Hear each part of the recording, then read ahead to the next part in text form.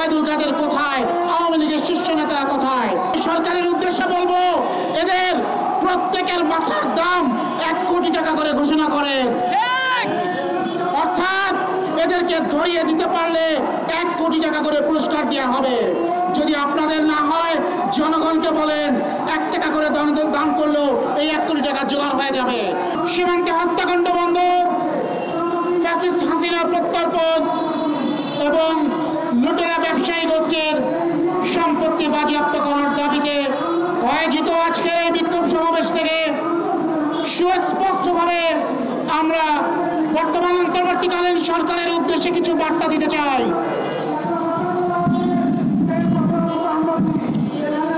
একই সাথে আমরা দেশবাসীকে জানাতে চাই, জাতীয়তাবাদী শক্তি বাংলাদেশের এখন জাগ্রত জনতার কণ্ঠস্বর। জাতীয়তাবাদী শক্তি বাংলাদেশে যতদিন জাগ্রত থাকবে, বাংলাদেশের 1 ইঞ্চি মাটিতেও আওয়ামী ফ্যাসিবাদের প্রতিবিপ্লবের কোন ষড়যন্ত্রকে সফল হতে দেওয়া হবে না ইনশাআল্লাহ। প্রিয় সংগ্রামী সাথী ও বন্ধুগণ, আপনারা জানেন 5ই আগস্ট ছাত্র জনতার অভ্যুত্থানে সময় বিশ্ব ইতিহাসে নিকৃষ্টতম পতিত স্বৈরাচার ফ্যাসিস্ট খুনি হাসিনা কৌশলে বাংলাদেশ থেকে পালিয়ে তাদের দাদার বাড়ি ভারতে যে আশ্রয় নিয়েছে। বর্তমান সরকারের মাননীয় প্রধান উপদেষ্টা নোবেল বিজয়ী ডক্টর মোহাম্মদ ইউনূস একটি সাক্ষাৎকারে বলেছিলেন, যেটাকে আমরা আসলে কূটনীতির ভাষায় মেগাফোন ডিপ্লোম্যাসি বলে থাকি। সেই মেগাফোন ডিপ্লোম্যাসির আওতায় তিনি বলেছিলেন, হাসিনাকে ভারতে চুপ থাকতে হবে, এই শর্তে তিনি ভারতে থাকতে পারেন। সময় এসেছে এই কথাটার বিরুদ্ধে কথা বলার।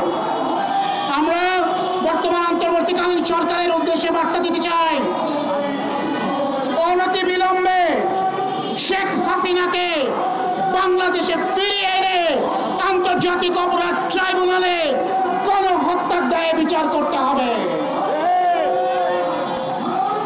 আমাদের মাননীয় চেয়ারম্যান জননেতা বারিয়ার জাজ গত রোববার সংবাদ সম্মেলনে বলেছিলেন, জানতে চেয়েছেন ওবায়দুল কাদের কোথায়, আওয়ামী লীগের শীর্ষ নেতারা কোথায়। আমি সুস্পষ্টভাবে জিজ্ঞাসা করতে চাই, ওবায়দুল কাদের, হাসান মাহমুদ, মাহবুবুল আলম হানিফ, শেখ সেলিম, ফারুক খান সহ আওয়ামী লীগের যত শীর্ষ নেতারা রয়েছিল, এই যে আরাফাত, নওফেল, এরা কি বাংলাদেশ থেকে পালিয়ে গিয়েছে? যদি পালিয়ে যায়, তাহলে কারা তাদেরকে পালিয়ে যেতে সাহায্য করেছে? আর যদি আত্মগোপনে থাকে, আমি সরকারের উদ্দেশ্যে বলবো, এদের প্রত্যেকের মাথার দাম 1 কোটি টাকা করে ঘোষণা করেন। অর্থাৎ এদেরকে ধরিয়ে দিতে পারলে 1 কোটি টাকা করে পুরস্কার দেওয়া হবে। যদি আপনাদের না হয়, জনগণকে বলেন 1 টাকা করে দান করলেও এই 1 কোটি টাকা জোগাড় হয়ে যাবে।